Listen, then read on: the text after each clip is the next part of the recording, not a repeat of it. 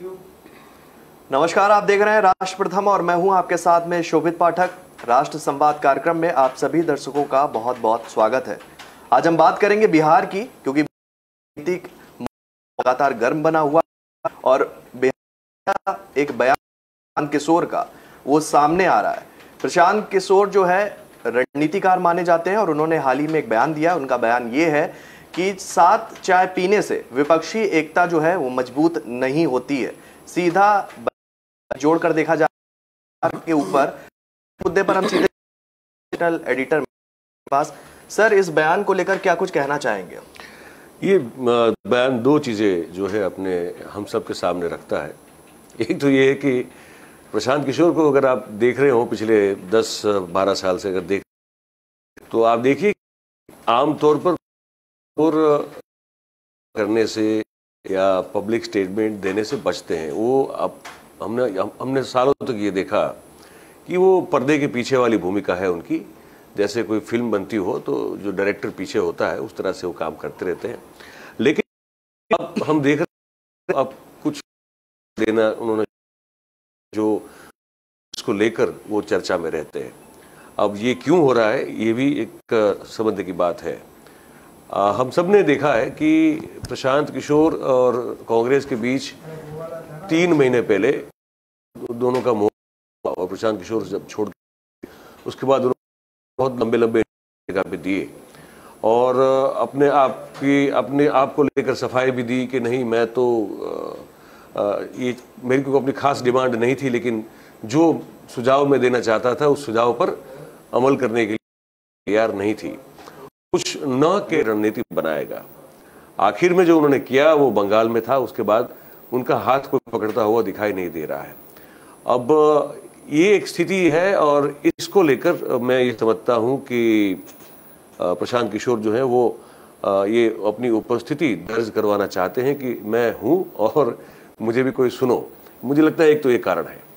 दूसरा कारण ये है कि आपको सबको याद होगा कि जब कुछ महीने पहले की बात है, ज़्यादा लंबी दूरी की बात नहीं है, लंबा अरसा नहीं हुआ है, कुछ ही महीने पहले आप सबने देखा होगा कि नीतीश कुमार गए थे कुछ मेरे ख्याल से वो भी 2-3 महीने हुए उसको, कि जब वो दिल्ली उस समय आए थे तो प्रशांत किशोर उन्होंने साथ में बैठ के चाय पी थी। ठीक है, और ये बात सही है कि उस चाय पीने के बाद भी कुछ खास हुआ नहीं था।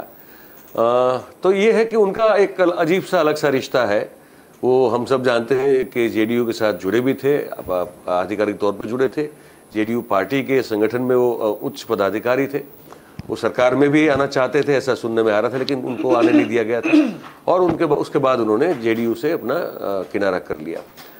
अब प्रशांत किशोर नीतीश कुमार पर ही क्यों निशाना लगा रहे हैं अभी, तो इसका कारण ये है कि वो फिर उन्होंने, आप सबको याद होगा कि उन्होंने अपना एक वहाँ मिशन शुरू किया था, बिहार को जोड़ने की बात की थी। बिहार में जो यूथ है, जो उसका यंग जनरेशन है, उसको जोड़ के कुछ एक नए प्रकार का संस्थान बनाने की कोशिश की थी और कहा था कि हो सकता है कि ये आगे जाके पॉलिटिकल हो सकता है, पर अभी उसका जो ध्येय है वो पॉलिटिकल नहीं है।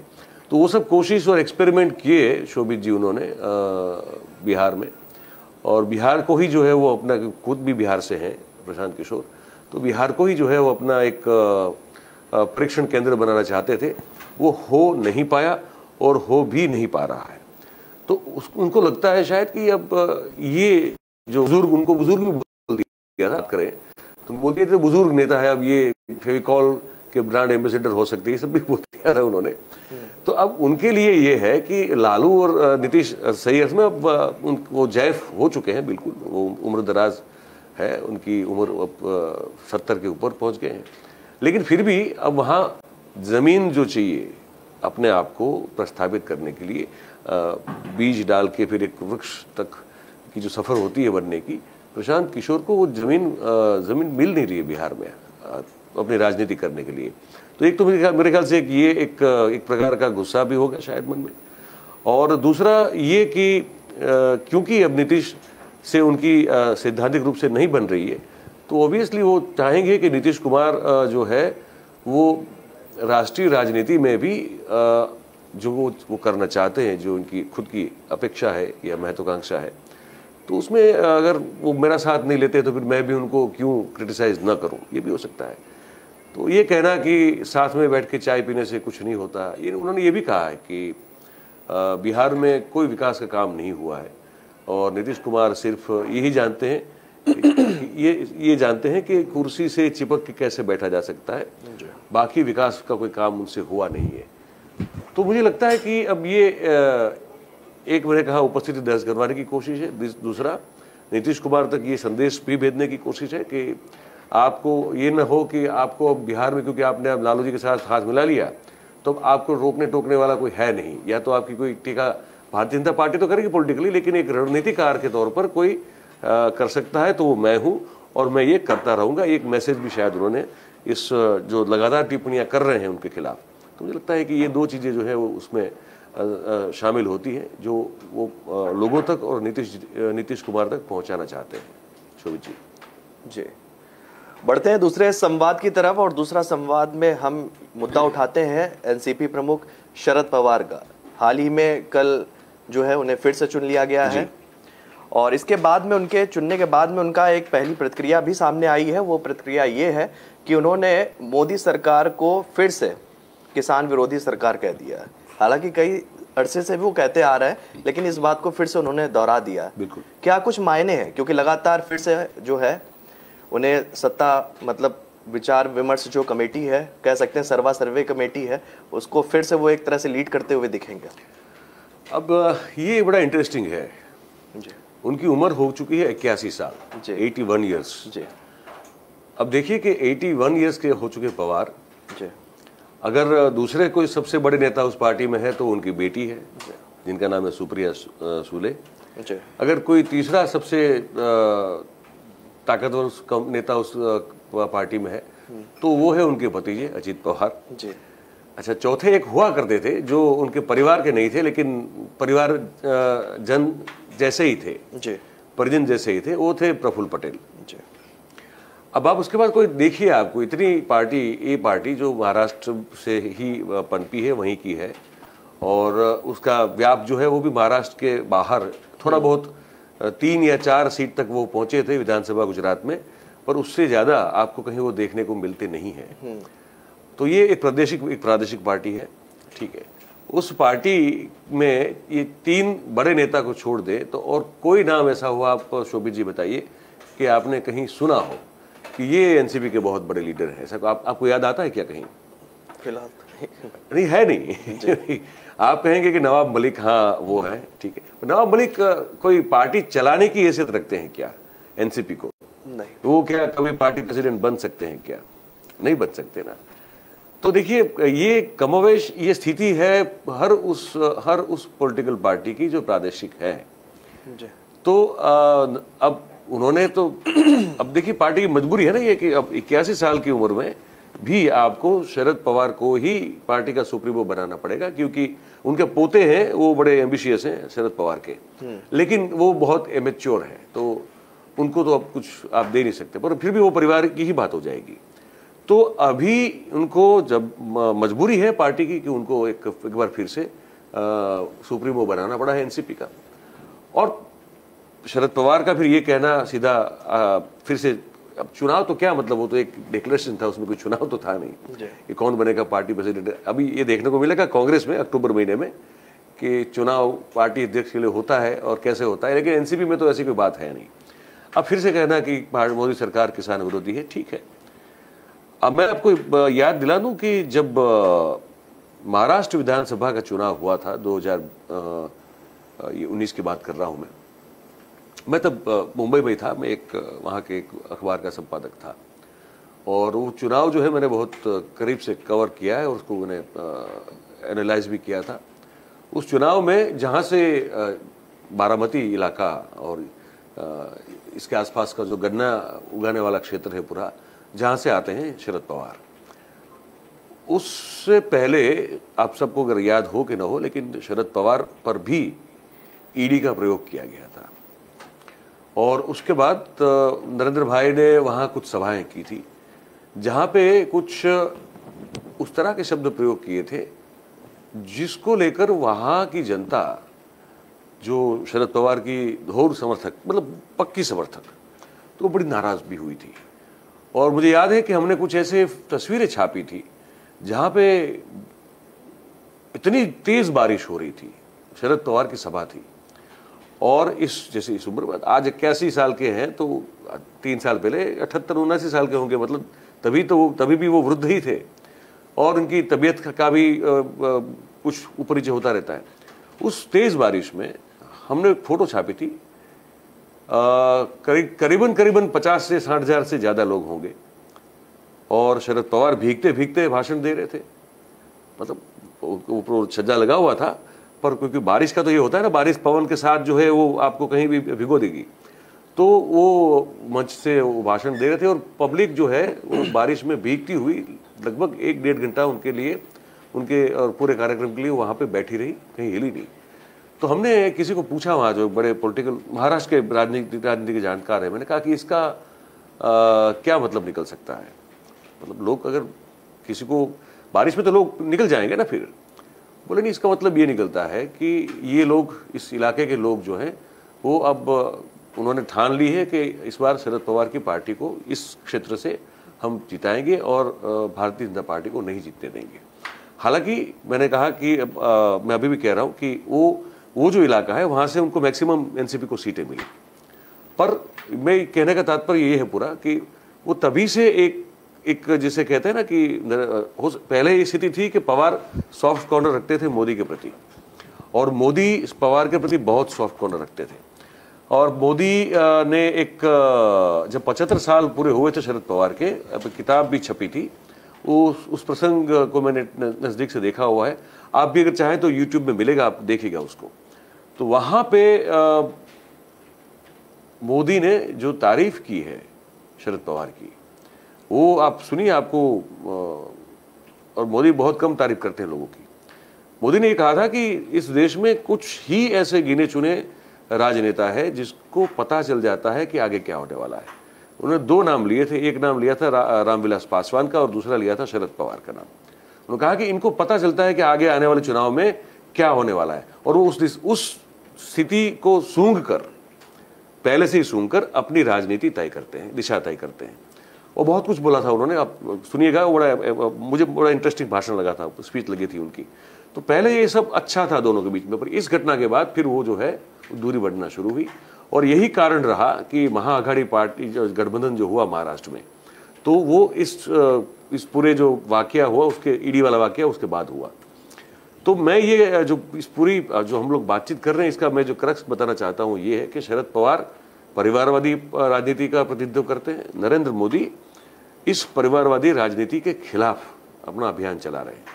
और जितनी भी प्रादेशिक पार्टी हैं, जैसे जेपी नड्डा का एक बयान था कुछ दिनों पहले बिहार में दिया था कि परिवारवादी जितनी भी पार्टी हैं या जितने भी पक्ष हैं उनको खत्म कर दिया जाएगा, और सिर्फ भारतीय जनता पार्टी ही रहेगी, क्योंकि उसमें परिवारवाद नहीं है।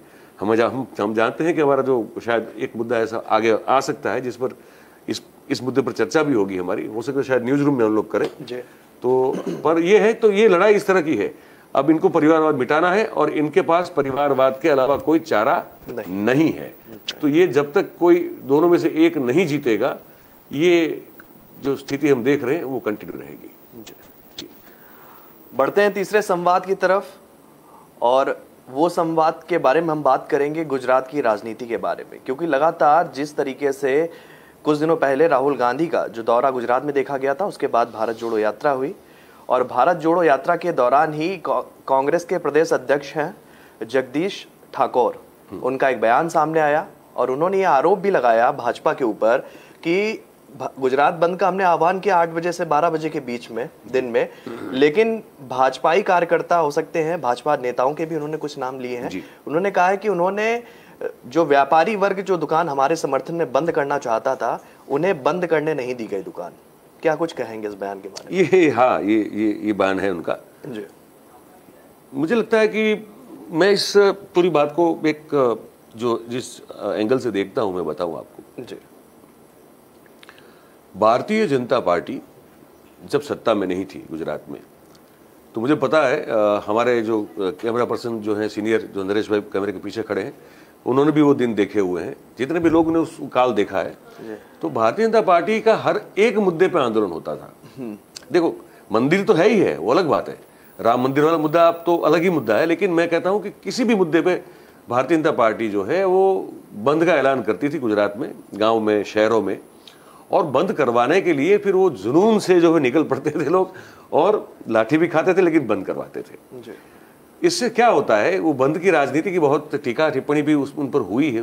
वो जमाना ऐसा था कि आम आए दिन कोई भी भारत बंद बोल देता था।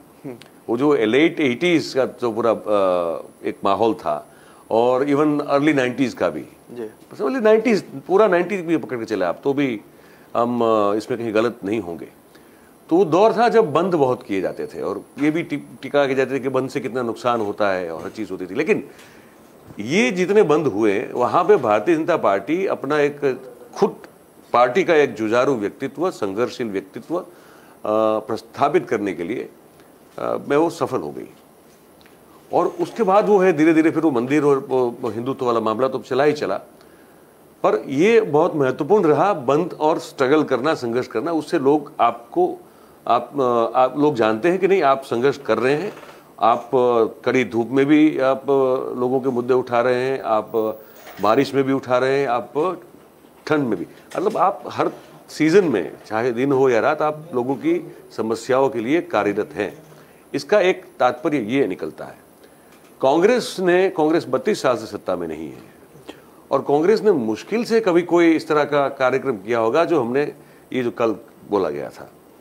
मैं इसको इसलिए इस तरह से देखता हूं कि कांग्रेस को शायद अब समझ में आ रहा है कि जब तक रोड पर नहीं निकलेंगे, लाठी डंडा भी अगर नहीं खाएंगे, और लोगों को ये नहीं पता चलेगा कि नहीं हमारे मुद्दे को लेकर ये पार्टी संजीदा है और कुछ करना चाहती है और मुद्दे उठाना चाहती है, तब तक आपको, अब तक तो जो सीटें मिल रही है वो तो आपको मेहरबानी से मिल रही है जनता की, आप कुछ कर नहीं रहे, आप कमाई नहीं आपने वो सीटें, ठीक है।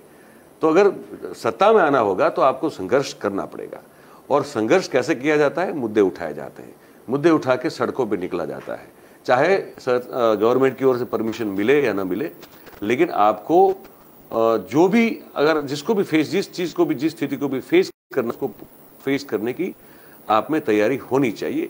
ये डिटर्मिनेशन के साथ इस पूरी मुहिम को आपको करना होता है। कांग्रेस में वो हो नहीं रहा था। कांग्रेस की जो युवा विद्यार्थी पांख है, जो पक्ष है उसका NSUI, तो NSUI भी बिल्कुल, मतलब अब युवा हो और अगर आप में गर्मी ना हो तो फिर युवा होने का मतलब क्या है। तो वो भी जो है वो बिल्कुल ठंडा और एकदम शांत, पूरा वो जो इकाई है वो बिल्कुल ऐसी पड़ी हुई थी। तो मुझे लगता है कि एक तो ये NSUI का भी इस कल के बंद में एक बहुत बड़ा रोल प्ले करने के लिए था। तो NSUI ने कल जो है, जो समाचार रिपोर्ट मिल रहे हैं, हम कुछ दृश्य भी दिखा रहे हैं हमारे दर्शकों को, तो NSUI काफ़ी लंबे अरसे के बाद सड़कों पे उतरी और काफ़ी अच्छी कोशिश रही उनकी। हालांकि बंद को मिश्र प्रतिसाद मिला।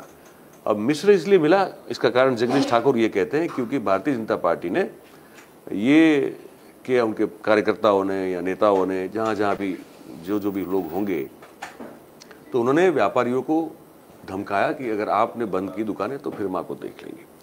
कुछ हद तक मैं मानता हूँ ये बात सही है शोभित भाई। राजनीति अगर हम गुजरात की देखें, ऐसे बहुत सारे इंसिडेंट हैं। मुझे याद है कि एक बार पार्टी डोनेशन मांगने का अभियान शुरू हुआ था गुजरात में, और तो ये डोनेशन तो स्वैच्छिक होता है ना, डोनेशन आपका स्वैच्छिक होता है। डोनेशन कभी आप जबरन जो है फिर तो वसूली हो जाएगी ना, फिर तो डोनेशन रहेगा नहीं वो। तो उन्होंने डोनेशन मांगना शुरू किया और पर्चे सब बनाए गए थे, वो रसीद जो थी वो काट के दिया जाता था। तो मोरबी जो रीजन है गुजरात में, वो पूरा सिरेमिक इंडस्ट्रीज से लबालब वो है पूरा। 300 से ज़्यादा वहाँ पे ऐसी सिरेमिक इंडस्ट्रीज़ हैं जो बहुत सफल हैं, कुल तो 1000 से ऊपर है। और वो एक ऐसा शहर है जिसका आयोजन, टाउन प्लानिंग बहुत वाहियात है, लेकिन वहाँ कम से कम उस शहर में 300 से ज़्यादा अरबोपति रहते हैं। आपने देखा ऐसा कोई शहर, छोटा सा हो लेकिन 300 से ज़्यादा अरबोपति रहते हो वहाँ पे रहते हैं। और वहाँ के व्यापारियों ने और उस एसोसिएशन के प्रेसिडेंट ने, मुझे याद है कि कुछ चुनिंदा पत्रकारों को, जहाँ उनको लगता था कि शायद ये हमारी बात उठाएंगे, बताया था, मुझे भी एक उनका मैसेज आया था और कुछ और लोगों को भी गया था, और कहा कि यार हमको ये धमका रहे हैं कि पैसे नहीं देंगे तो बंद करवा देंगे, तुम्हारा काम ठप करवा देंगे, ख़त्म कर देंगे। मैंने कहा ऐसा थोड़ी कहता, कोई पॉलिटिकल पार्टी ऐसी बात नहीं करती। बोले नहीं कर रहे हैं। मैंने कहा अब ऐसे बोलोगे तो मैं उसको ले नहीं पाऊंगा, आपको कुछ प्रमाण देने पड़ेंगे, या तो आपको आप लिख के दीजिए, एक व्यापन एक आवेदन पत्र लिख के दे दीजिए कि हम कोई तकलीफ हो रही है। तो फिर उन्होंने हिम्मत भी की थी और उन्होंने लिख के दिया था, जो हमने उस समय जो चलाया था। तो ये धमकी वाली बात या तो दबाने धमकाने वाली बात जो है, ये भारतीय जनता पार्टी कर सकती है, इसमें कोई दो राय नहीं है। तो जगदीश ठाकुर का ये अगर आरोप है तो उसमें कुछ सच्चाई मुझे लगती है कि होगा शायद, कि क्योंकि ये हम देख रहे हैं कि अगर कोई आंदोलन करना चाहता है तो पहली बात उसको परमिशन नहीं मिलती। कोई धरना प्रदर्शन करना चाहता है गुजरात में तो आपको पता है ज़्यादातर समय देश राज्य में साल में ज़्यादातर समय 144 की धारा लगी रहती है। हालांकि उसका पालन तो कभी होता नहीं है, लेकिन वो इसलिए लगाई जाती है क्योंकि अगर कोई कहे कि हमको मीटिंग करनी है, कोई विरोध करना है, कोई प्रदर्शन करना है और हमें सरकार के खिलाफ कोई आवाज़ उठानी है, तब वो धारा 144 जो है उसके तहत वो मना कर देते कि वो लगी हुई है, हम आपको दे नहीं सकते। तो ये स्थिति है। और मुझे याद है कि पहले तो बीच में तो ये भी रहा था कि अगर आप कुछ प्रदर्शन करने जा रहे हैं तो आपको अगली रात, मतलब एक प्रदर्शन के दिन के पहले की जो रात होती है, उसी रात से जो है जो लीडर वगैरह होते हैं तो उनके वहाँ वो पुलिस पहुँच जाती, उनको वहीं घर में नज़र कैद कर देती है। गुनाह क्या है वो कोई स्पष्टीकरण नहीं होता। तो ये सब चीज़ें होती हैं। तो मुझे लगता है कि शायद जगदीश ठाकुर जो आरोप लगा रहे हैं वो सही हो सकता है। पर इसका दूसरा पहलू मैं बताना चाहता हूँ आपको, वो ये है कि इस तरह की गतिविधियों से, इस तरह के ऐलान से, इस तरह के संघर्ष से कांग्रेस जो है वो एक तो अपने युवाओं को, अपनी जो युवा विंग है उसको भी सक्रिय करना चाहती है, क्योंकि उनकी बहुत ज़रूरत पड़ेगी। अगर आपको बूथ तक आपको अपने वोटर्स को लाना पड़ेगा, अगर लाना है तो इन युवाओं की ज़रूरत पड़ेगी। तो युवाओं को सक्रिय करना कांग्रेस के लिए ज़रूरी है। एक तो इसकी मुझे लगता है इसके पीछे एक ये भी आयोजन रहा होगा, और दूसरा कि अपनी उपस्थिति को दर्ज करवाना कि हम है लोगों के बीच, लोगों के लिए, और हम उनकी समस्याओं को लेकर लड़ेंगे। महंगाई जो कल का बंद था उसका मुद्दा महंगाई था। तो जैसे उनके सुप्रीम लीडर निकल पड़े हैं पदयात्रा पे, ठीक है, रोज कितना चलते हैं वो देखना पड़ेगा, लेकिन थोड़ा बहुत चल रहे हैं, 17 किलोमीटर के आसपास। हाँ, तो चल रहे हैं तो ठीक है। तो वो करेंगे तो फिर आपको नीचे भी जो है उसका कहीं ना कहीं जो है वो पालन करना पड़ेगा, आपको भी कहीं ना कहीं निकलना पड़ेगा, रास्ते पे उतरना पड़ेगा, सड़क पे आना पड़ेगा। तो ये लगता है कि कांग्रेस ये करना शुरू किया है। 22 के चुनाव में इसका क्या असर होगा, क्या वो रिवाइव अपने आप को कर पाएंगी, क्या रीइंकारनेट कर पाएंगी, ये अभी भी बहुत मुश्किल है कहना कि कितना कर पाएगी। सत्ता में तो नहीं आ पाएगी, इतना तो मैं बिल्कुल आपको अभी से बोल सकता हूँ। सत्ता में बैठना इस साल भी उनके लिए मुश्किल होगा, वो पॉसिबल नहीं है। लेकिन अपने आप के रिवाइवल के काम में अगर जुटी है और इसी तरह अगर काम करते रहे, कल भी हम बता रहे थे आपको, पार्टी को अपने आप को लोगों तक पहुंचाने के लिए सालों साल लगते हैं। उसके लिए बहुत संघर्ष करना पड़ता है, बहुत ही संघर्ष करना पड़ता है। जब तक आप नहीं करेंगे और एक बार आप लोगों की नज़र से उतर गए हो, फिर से अपने आप को एस्टैब्लिश करने में तो और संघर्ष करना पड़ता है। तो कांग्रेस को करना पड़ेगा जो पिछले 32 साल में कांग्रेस ने नहीं किया है। 5 ऐसे बड़े मुद्दे में गिनवा सकता हूँ, ऐसे 5 बड़े मुद्दे गिनवा सकता हूँ जहाँ कांग्रेस ने अगर ठान ली होती तो भारतीय जनता पार्टी की सरकार गिर गई होती। जो रनिंग गवर्नमेंट थी वो उसको इस्तीफा देना पड़ता। पर अब इस समय मेरे ख्याल से अब जो हम कमी है तो इस पर कभी और बात करेंगे कि वो कौन कौन से मुद्दे थे जिन पर भारतीय जनता पार्टी की गुजरात की जो सरकार थी वो गिर सकती थी। तो कांग्रेस ने वो मौके गंवा दिए। तो फिर भी अभी भी अब देखो, अब देर से है दुरुस्त है, अगर अच्छी कोशिश करेंगे तो फिर जनता फिर से उन पर विश्वास करना शुरू करेगी। हो सकता है कि इस चुनाव में नहीं, अगले चुनाव में या 2024 में कोई फर्क नजर आए। पर पॉलिटिकल पार्टी हो या व्यक्ति, अपने गोल को लेकर हमेशा उसको कोशिश और जो है वो सतत हमेशा करनी चाहिए और निष्ठापूर्वक करनी चाहिए। जी जी। तो कह सकते हैं कि भारत जोड़ो यात्रा का असर कितना पड़ता है देश के ऊपर, ये तो आने वाला समय ही बताएगा। फिलहाल राष्ट्र संवाद कार्यक्रम में हमारे साथ इतना ही। हम दर्शकों को बताना चाहेंगे कि देश से दुनिया से जुड़ी हुई तमाम खबरें जो हैं वो हमारी वेबसाइट www.kalamkartavya.com पर आप जाकर देख सकते हैं, खबरों के बारे में रूबरू भी हो सकते हैं। तो फिलहाल हमें दीजिए इजाज़त। कल हम इसी समय यानी कि 11:30 से 12 बजे के बीच में आप सभी के सामने फिर से हाजिर होंगे। तब तक के लिए नमस्कार।